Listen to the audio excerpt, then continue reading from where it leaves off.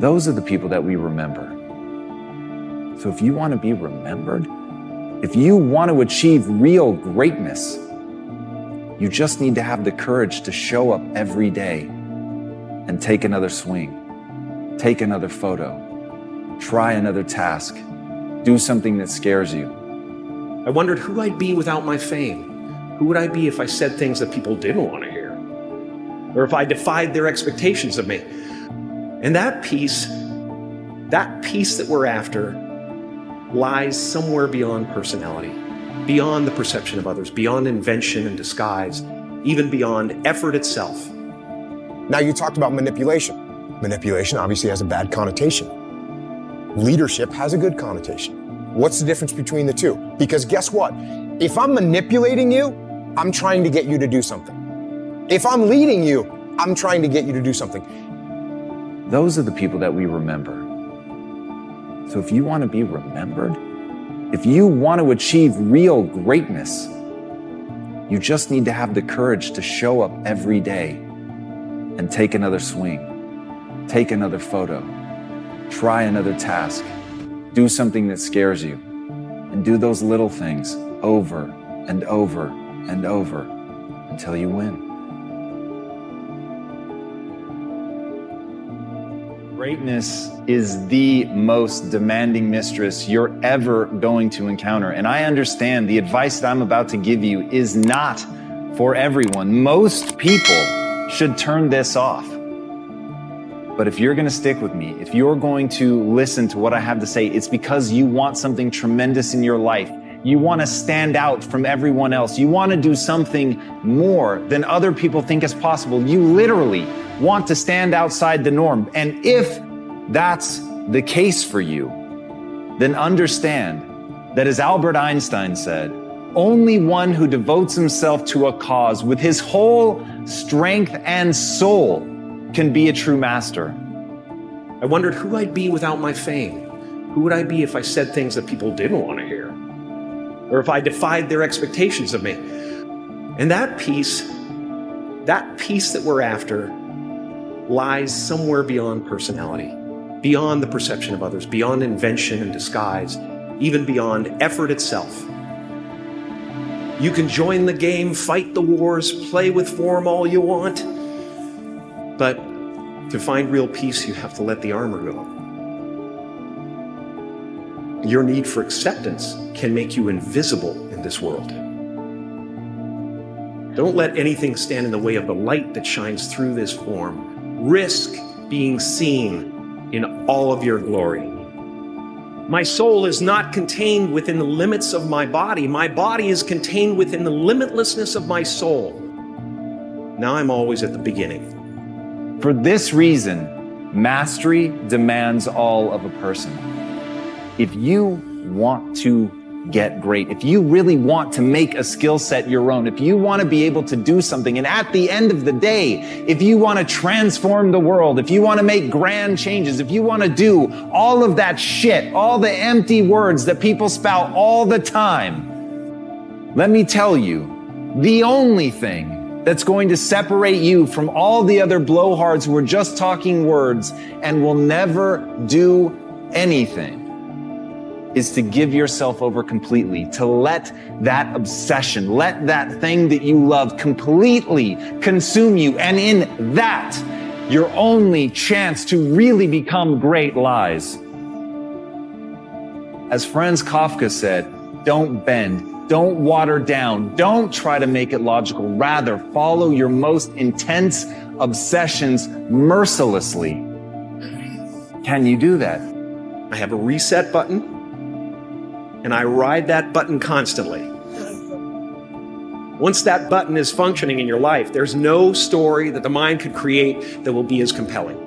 The imagination is always manufacturing scenarios, both good and bad, and the ego tries to keep you trapped in the multiplex of the mind.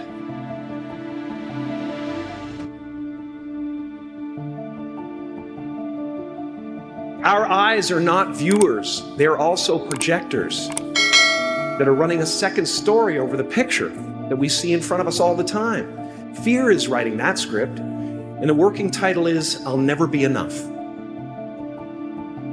I had a substitute teacher from Ireland in the 2nd grade that told my class during morning prayer that when she wants something, anything at all, she prays for it and promises something in return, and she always gets what she wants.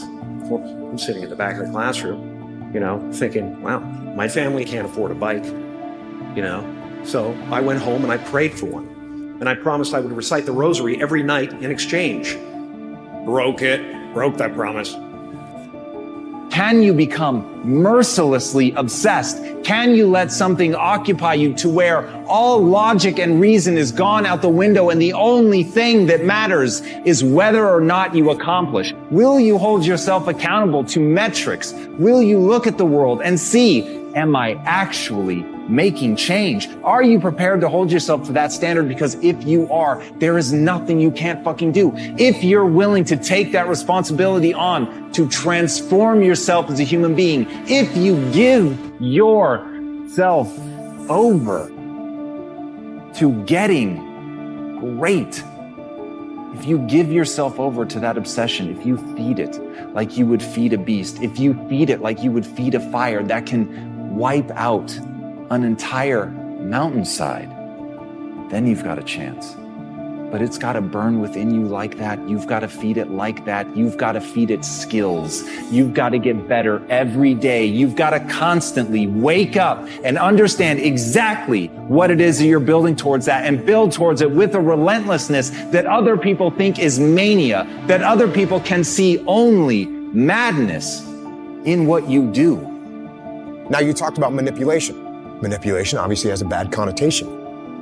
Leadership has a good connotation. What's the difference between the two? Because guess what? If I'm manipulating you, I'm trying to get you to do something. If I'm leading you, I'm trying to get you to do something. And many of the tools are very similar. So what's the difference between me leading you and me manipulating you? It's very easy for me to answer that question. If I'm manipulating you, I'm trying to get you to do something that's going to benefit me. If I'm leading, I'm trying to get you to do something that's going to benefit you, it's going to benefit the team, and it's going to benefit the mission. So for me, those are too easy. Those are too easy. It's real obvious. And by the way, if I'm a manipulator, I can get away with that for a little while, but eventually you're going to look at me for what I am. You're going to see that the maneuvers I'm making, the tools I'm using, I'm utilizing those tools for my own benefit. And as soon as you see that, you won't fully support me. You won't. This decision is yours and yours alone. It's 2 people born in a hospital every day. It's a person that's born in a hospital that's going to get a job, and somebody born in a hospital that's going to give them a job. You get to decide which one you're going to be. You get to decide.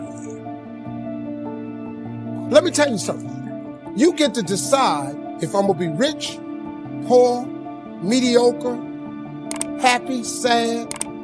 You have a decision to make. If you want to be ordinary, you ain't even got to listen to me. Just go on about your business.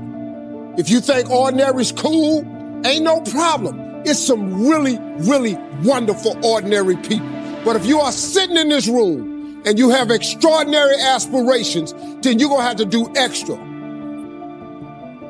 You put extra on top of on ordinary, and you come up with extraordinary. It's no other way. The same goes for when I'm trying to make you do something good for yourself and for the team. You're going to see that too. And you're going to say, he actually cares about me. That's what he's doing this for. And when you know I care about you, you'll do anything for me. I mean, that's what it boils down to. If my team, and I mentioned that in the book, it's like, oh, I want to give you hard criticism. How do I give you hard criticism? The first thing I have to do is make sure that you understand I care about you, which is not easy to do. And it's not always obvious. But if you know that more than anything else, what I want is for you to be successful, when I say, hey, Tom, I'm looking at the outcome of the last project and you were like 3 weeks past the time. I think there's some things that we could do to kind of make you a little bit more efficient in leading these things. If you know that my number one thing is that I care about you, you're gonna be all ears. To an extent. I'm sorry, but here's the fact. All of you have extraordinary capabilities. All of you. You have to decide if you are willing to do the things to put you in that category. Rich people don't sleep 8 hours a day. That's a third of your life. It ain't but 24 hours in a day. You cannot be sleep 8 hours a day. You can't live in LA and wake up at 8 o'clock in the morning. It's 11 o'clock on the East Coast. The stock market been open 2 hours. They already making decisions about your life and your ass was asleep. I'm gonna tell you something that every successful person has to do, including you. Believe it or not, every successful person in this world has jumped. I'm gonna tell you what I mean by that. You are going to have to jump.